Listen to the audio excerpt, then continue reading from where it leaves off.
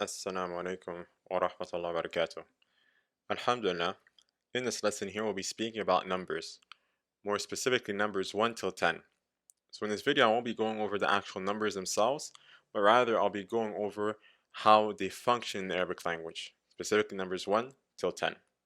So before we actually speak about the numbers themselves, we need to understand that there are two parts to counting things in Arabic. There's the adad, which is the number itself, and there's the ma'adu, which is the thing being counted. The ma'adu, which is the thing being counted. So for example, when I say kitabun wahidun, which means one book, kitab is the ma'adud, while wahid is the number. And note here that in English we say one book, but in Arabic it's book one, right? Because the number, the adad, is coming after the ma'adud. At least for numbers 1 and 2, as we're going to cover. So now that we understood that when we're counting things in Arabic, there's going to be a adad, and there's going to be a ma'adud, we're going to go on to the next topic, which is that numbers 1 till 10 can be divided into two groups based on their grammatical function. So numbers 1 and 2 are going to function in a specific type of way, while numbers 3 till 10 are going to function in a slightly different way. Numbers 1 and 2, the adad comes as a na'at, so an adjective for the ma'adud. So it comes after the word that it's qualifying, if you will. Kitabun wahidun, one book. If I also use number 2, it would be kitabani ithnani. Obviously, when I say kitabani, it already means two, so I don't need to use ithnani, but I can use it as a type of emphasis. So kitabani ithnani or kitabun wahidun. In both these cases, the adad, wahid or ithnani, is coming as a na'at, as an adjective, so it's coming after the word, which is the ma'adud, kitab or kitabani. On the other hand, for numbers 3 till 10, the adad comes as a mudaf, and the ma'adud is mudaf ilayhi. So the adad will come before the word that it's qualifying, if you will, or the word that it's describing. Thalathatu kutubin means 3 books. So here, the word thalathatu, which is the adad, is coming before the ma'adud kutubin as a mudaf, while kutubin is mudaf ilayhi, and that's why it's majrurun.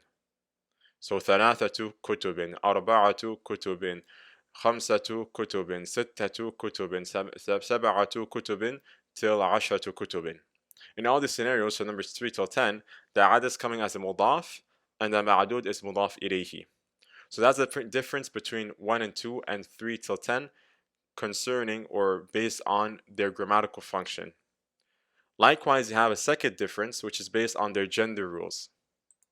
So numbers 1 till 10 can be divided into two groups based on their gender rules also. Numbers 1 and 2, the adad follows the ma'adud in gender. The adad follows the ma'adud in gender. So if the thing being counted is masculine, the number is going to be masculine. So kitabun wahidun. But if kitab was to become a feminine word like sayaratun, it would change to feminine also. So sayaratun wahidatun. The same thing goes for number 2. It'd be kitabun ithnani, and then it'd be sayaratun, sayaratani, ithnatani.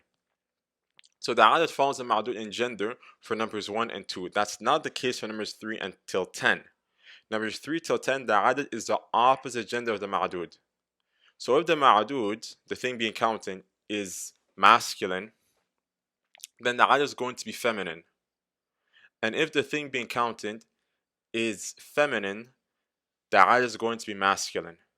So thanathatu kutubin fatah marbuta, because kutub is masculine, but sayarat is feminine, so I won't use the ta marbuta, I'll say thanathu sayaratin. Arba'u sayaratin, khamsu sayaratin. So in all those scenarios, there was not a ta marbuta because the ma'adud, the thing being counted, was feminine, so the adad is going to be masculine because the adad is the opposite gender of the ma'adud for numbers 3 till 10. So that in a very brief sense is how numbers 1 till 10 function in the Arabic language.